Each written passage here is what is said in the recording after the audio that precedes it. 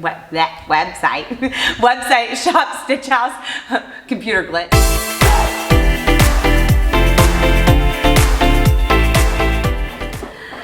Welcome to week 3 of our Sew Along for Chrysalis. I think that no matter where you're at in your embroidery journey, you're really going to get a lot out of this video, because we're not just talking about Chrysalis butterfly today, we're also talking about applique and trimming in the hoop embroidery blocks for quilting. So even if you're not doing the Chrysalis Sew Along project with us, you're really going to enjoy this video, I'm pretty sure. Anyways, I'm Jessica. I've got my Luminaire embroidering right now because we've got a lot of time to stitch out these butterflies. It's finishing up this color, and we're going to show you some pretty cool stuff. So if you heard what I just said, applique. It's the #1 question I get asked in the store about, because everybody wants to do applique, and there's so many different applications for applique that there are a ton of different varieties of techniques and ways that people like to do things. Today's applique that we're doing is a freestanding applique.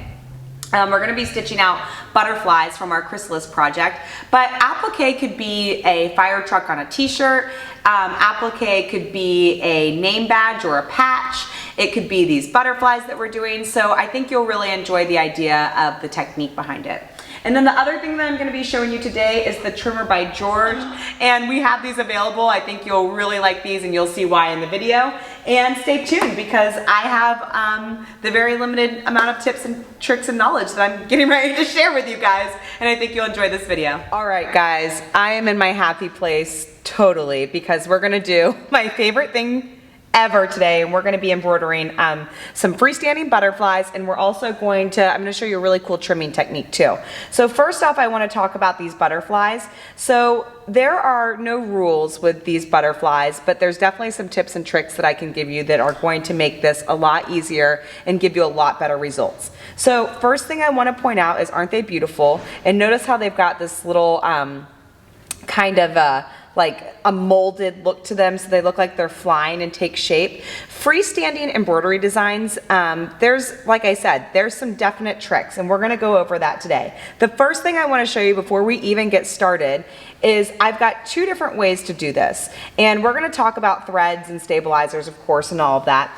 But there's 2 different ways that you can embroider this freestanding butterfly. You can wind a bobbin so that your back matches your top, which is how I'm going to show you how to do it. Or if you never think that you're going to see the back of this butterfly and maybe you're going to leave it flat somewhere, you can just use 1 color bobbin thread, which is white, and you can use that for the whole thing. So because I'm going to show you how these kind of can take their own mold and shape, and because I think butterflies, you want to see both sides of it, we're going to wind a bobbin to match the top thread so that the bobbin matches in the bottom.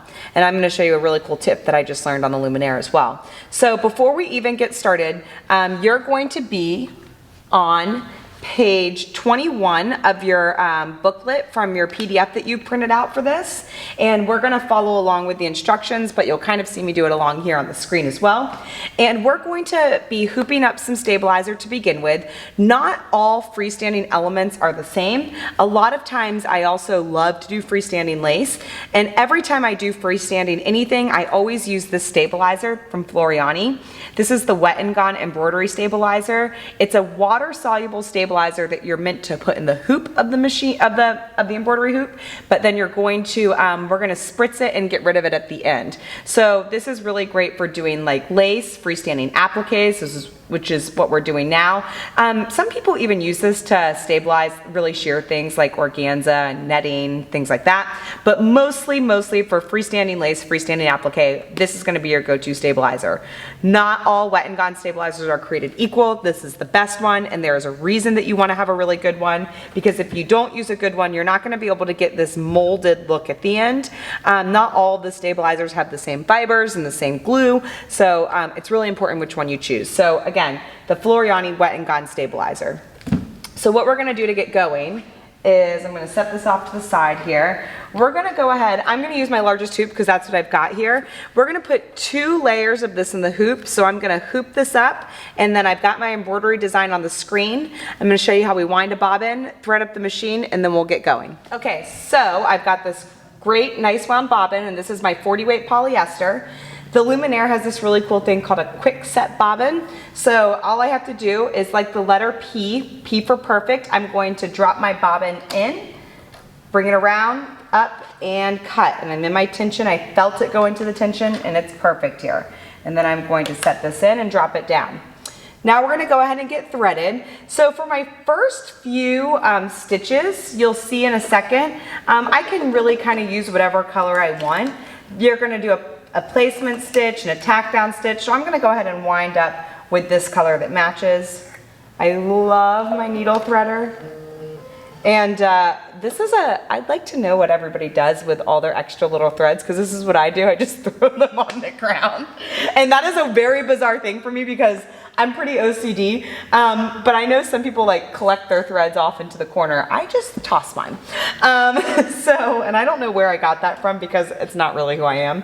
So only with threads.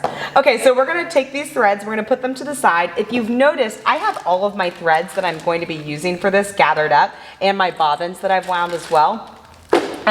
So I like to stay organized while I'm sewing, which is why I have no idea why I throw things on the floor.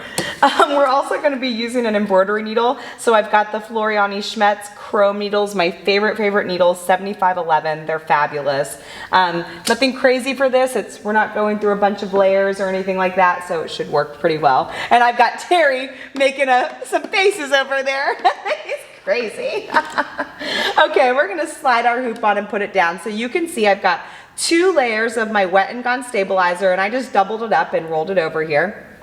Okay, here's where it gets a little confusing for people. So I've got this beautiful butterfly on the screen, and I am looking here at my final embroidery design, and my first stitch here is just what looks like an outline of a butterfly. So this is the part where I say that embroidery is really relaxing and it's kind of like a puzzle. I'm going to use my reference guide and I'm going to see exactly which stitches are happening, because each stitch means a different thing, especially when we're just getting going with this applique. So here's my butterfly. We're doing C3D butter 3. Don't know what that means. And there's different sizes. Right now I'm doing the one that's 5.5 by 3.5. And so I believe that's size B. It's got close to 24,000 stitches. And as you look on your screen here, each stitch, it tells you that I'm on stitch 0 of 15 right now, and that's perfect because there's 15 color changes that it's showing on here. It's telling me that stitching time is 48 minutes. I call that football time, and I particularly call that Michigan football time, because when Brian's watching football and he says there's 2 minutes left in the game, and I know Brittany's laughing at me behind me because I know her boyfriend's a big football guy. 2 minutes left in the game means we've got another 30 minutes there, right? So 48 minutes is not representative of how long this butterfly is going to take to stitch out, because you've got to do color changes and stuff in between. So 48 minutes to me means it's probably going to take a little bit over an hour to stitch this out by the time I do my placement stitch and cut my applique and all that kind of stuff. So about 24,000 stitches, 15 different steps, and 48 minutes of football time for stitching. Okay, so my first stitch, like I'm showing you, is just this outline of the butterfly. And what this is called my placement stitch.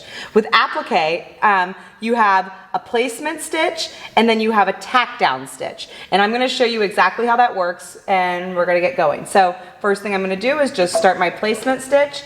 Now I'm using the largest hoop, and that's not necessary. I could also have done multiple butterflies at one time, but a note about that I think that's really important, because when the Dream Machine first came out, I put 3 million stitches on my mom's floor model at her store in California, doing these 3D freestanding lace butterflies, not these, a different version. And I would put as many as I could in one tray. And I started to get like distorted butterflies towards the end, and that's because I grouped them too close together. And I don't know the full theory behind that, and I'm sure someone from Floriani, like Trevor Conquergood or Kathy Quinn, is probably watching this video, and they can tell me why that is. But in my experience, you don't want to group too many together. So using the largest hoop is not a bad idea. You could maybe put 4 of these in a hoop, and I think it would still look nice, but you don't want that stabilizer to shrink in really. Okay, so check this out. This is just a placement stitch. All applique has a placement stitch. And then you have a tack down stitch. So what I'm gonna do is I'm gonna take my fabric, and we're using, this is a is this a Bella solid or a Kona solid that we used? Bella. Okay, so this is a Bella solid. We have Bella and Kona at the store. Bella, I really like their hand for embroidery. Sometimes Kona for applique and embroidery gets a little interesting. The weave is a little bit too open, so I like the Bella solids a lot. And we have Moda right in our backyard, so it's really nice. So the thing with the placement stitches, as long as my fabric is covering that placement stitch, then I know that it's going to tack down and it's going to be good. One of the things that you want to be careful of is that you don't get too close to the line, because as it embroiders, you're going to get a little shift in fabric, and I don't want any shift in my fabric. So make sure you're all the way covered on both sides. Lay your fabric down, and then the next step is going to be my tack down stitch. So it's going to go exactly over the placement stitch that it just did. And in the instructions of this part, it tells you to use a spray adhesive and to spray your fabric down. It also tells you to use a twill. We're not using a twill, we're just using cotton, and I'm not a huge fan of spray adhesive, especially by your expensive sewing machine. So I do the smooth and pray method, where I just kind of watch my fabric as I go.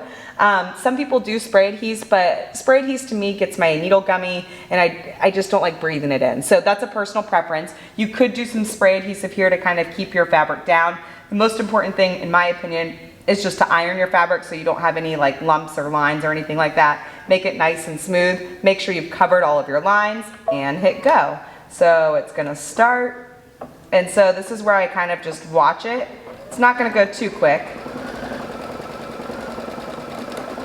And I just make sure that it's nice and smooth as it goes through.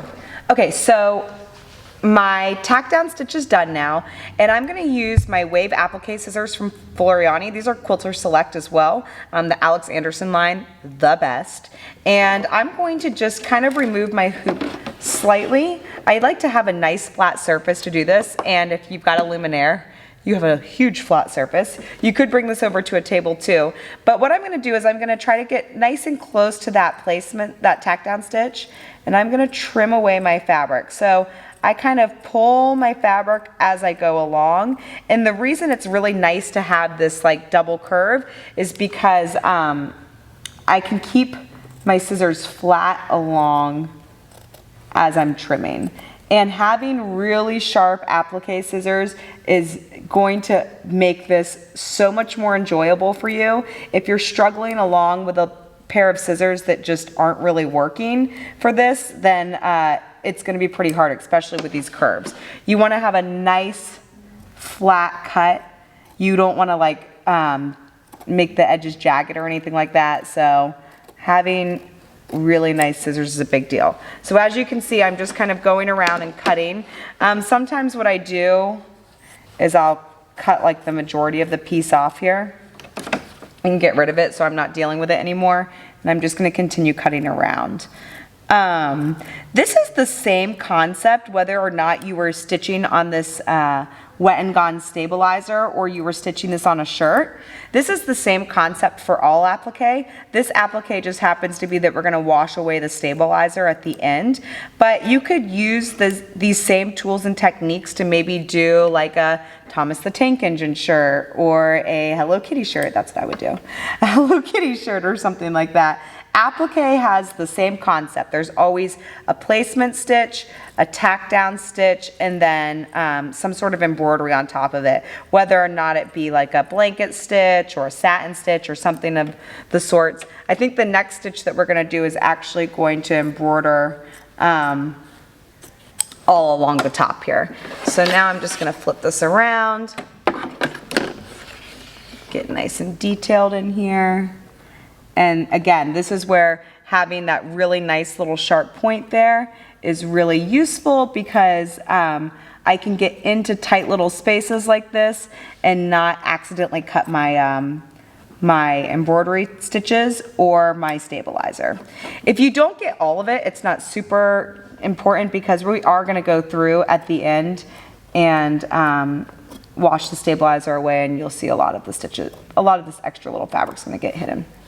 Okay, so now I've got my butterfly perfectly trimmed up, And like I said, this is the same concept for applique no matter your application. So we're going to stick our hoop back on.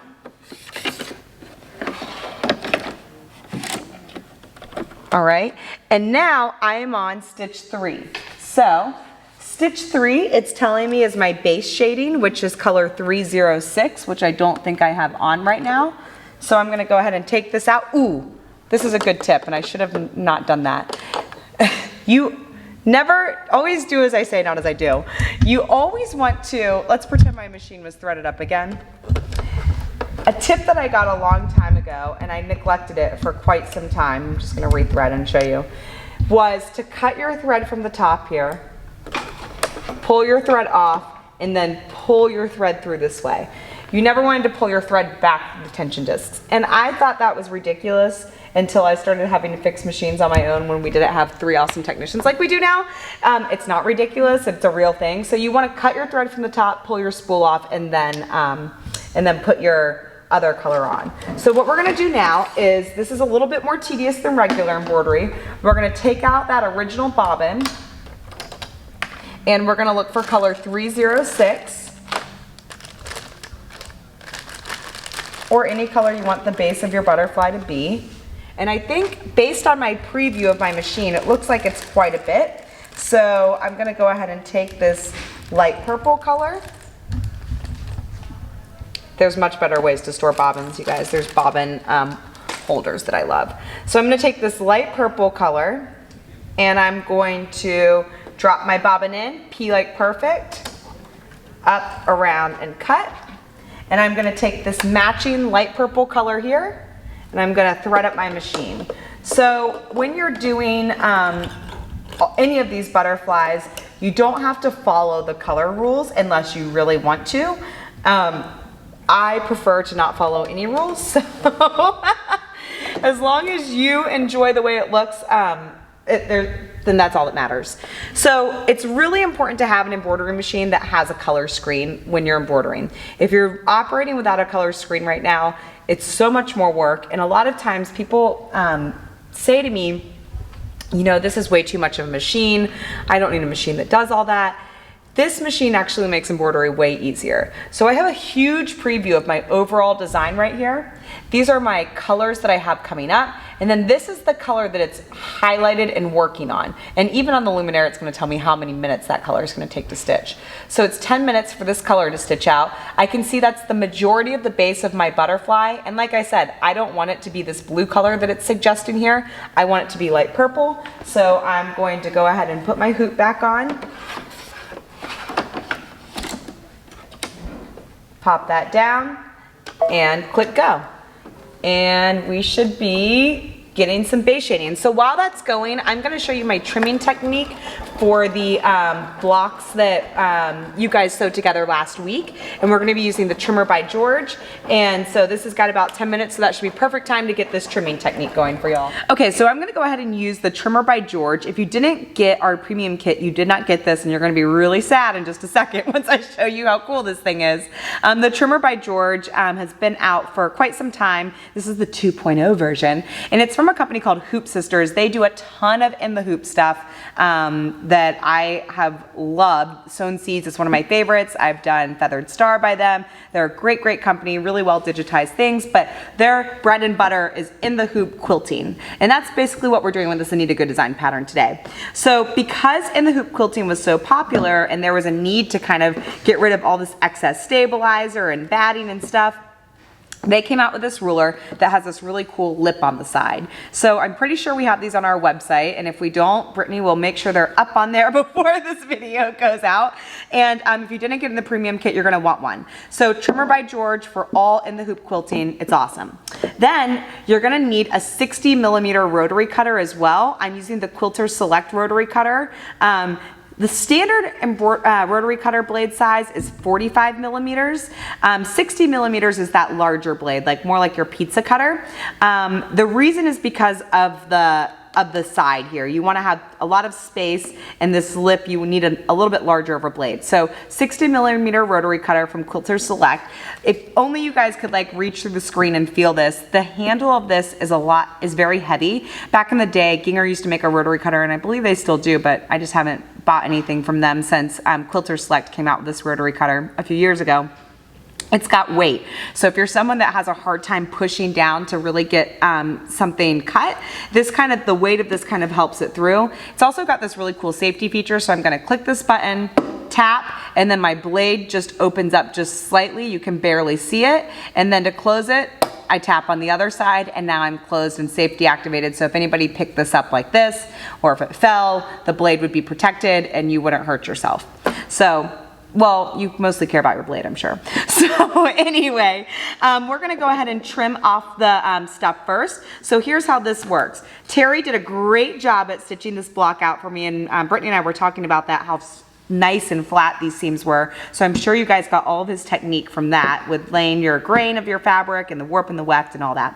What you're gonna do is you take this little edge and you're gonna protect your fabric here. So I just kind of put it like this so that all my fabric gets protected. And this part doesn't matter about, like, you know, cutting it super straight or being lined up with anything. So I'm just going to open up my blade here and cut along the edge and get rid of my stabilizer. So now if I flip over to the back, look, I've got all of that stabilizer gone. And I'm gonna repeat that on all 4 sides. So we're gonna come on this side now, grab that fabric,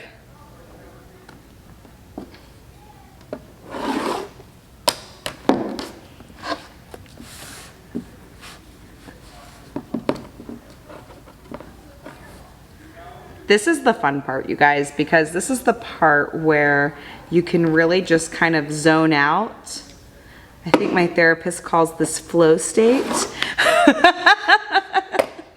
And you can really just kind of sit in your craft room or your sewing room and have all your blocks and start trimming them up, and it's just really enjoyable.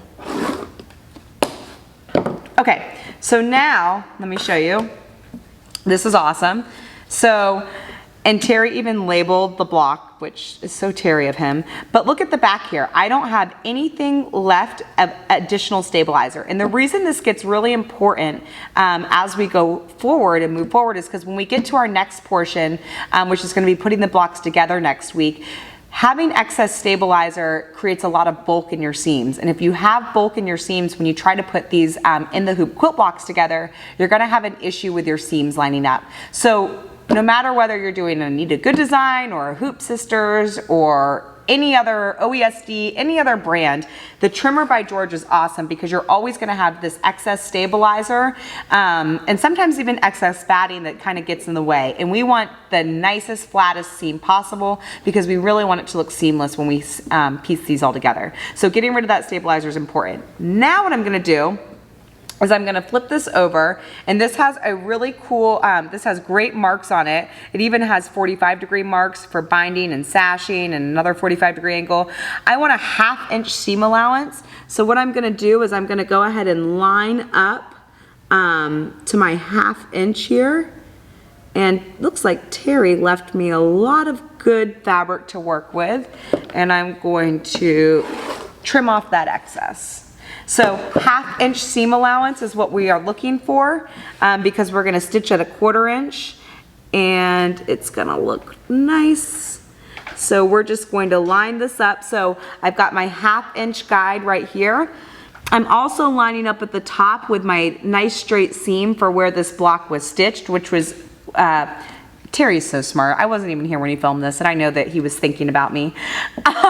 You want to use a contrasting thread color, which is why this gray is really nice. That way when I'm lining up my block here and lining up my 1/2 inch, I can really make sure that everything is nice and square.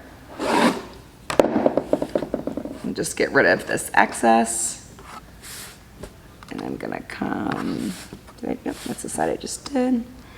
And here's my 1/2 inch here. I'm nice and lined up, I think.